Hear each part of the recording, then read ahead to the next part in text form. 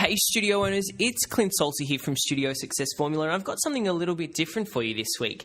I've written an article this week about dealing with annoying parents in your dance studio, and so I wanted to record the audio of this article so that you can listen on the go as you do with our Studio Success Formula podcast. So let's jump into it. Excuse me, Mr. Clint, can I talk to you for a moment about my little Suzie? It'll only take a minute. Sure thing, Mrs. Smith. I'm all ears. What I really wanted to say was this. Actually, Mrs. Smith, no. Every week you ask to talk to me for just a minute and end up cornering me for more like an hour, or what feels like it anyway. I've heard you complain about how your Suzie is missing costume parts, didn't get to be in the front of the line, and wasn't invited to Sally's birthday. You've told me in great detail about how she wasn't asked by Miss Sarah to perform a solo number, and about how she's recently developed a gluten allergy that makes it imperative for me to ban gluten from the studio. Let your child be a child. Let her love her dance class, and please go and find someone else to annoy. Side note, journaling and speaking is a great way to get it all out on the page or out in the open. Now that's what I call cheap therapy. Anyhow, I remember getting stuck in this situation a few times as a studio owner, and I always thought it was unavoidable until I started speaking with other studio owners. In fact, this very event came to mind recently as I worked with one of our Studio Success Formula members who is currently dealing with parent-related issues. Listen on to see if any of these following issues strike a chord with you.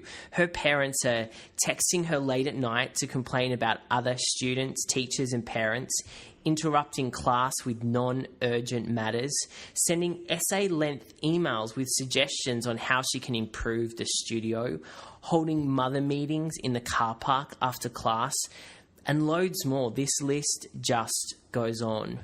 It's time to get real. All jokes aside, if you're running into these problems all of the time, it's time to examine your business to see where things are going wrong. After working with the studio owner, I was able to really identify two things she needed to focus on in order to exterminate pesky parents for good. Number one was to have killer communication. It's not enough to send out a monthly newsletter and sporadic email correspondence. Parents want to know what's going on. I suggest you create a communication schedule, and you can just do this in a spreadsheet with a list of all the necessary information, including the following: the who is the information going to, the what's a brief summary of the information you're sending, the why is this information important? This will help you make what you're sending out, the information you're sending out, really concise so you don't beat around the bush. The when will you send this information out? And the how will you send this information out? Newsletter, email, audio, video, posted letter, etc. I found that over 80% of studio owners don't have a communication schedule in place. When parents feel out of the loop, challenges certainly arise. It's time for you to get organized and create your communication schedule today.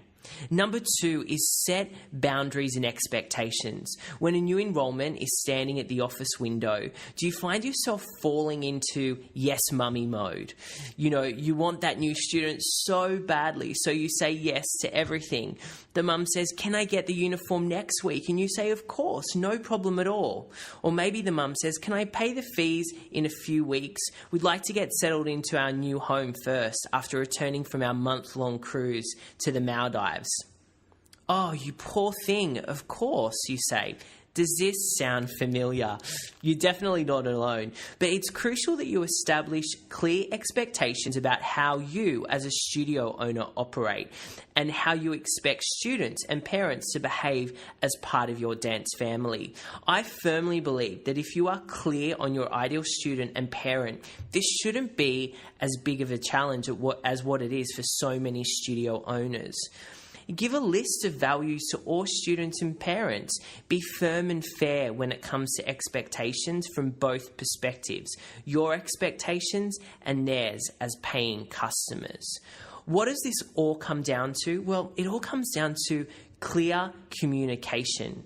If you find that you're constantly putting out parent fires, it's time to revisit the way you're communicating with your customers, both your students and your parents. Now, I'd love to hear from you in the comment section below on our blog if that's where you're listening, or you can send me through an email. Simply go to transform@studiosuccessformula.com. I'd love you to tell me what's your biggest takeaway from this article. I hope you have a great rest of the week. And if you haven't already, if you're looking for new students for your studio and you haven't received our free 4-part video training series on how you attract, enroll, and retain more students in your studio, head to studiosuccessformula.com to receive that training today for free. Take care. Speak to you really soon. This is Clint Salter signing off. Bye for now.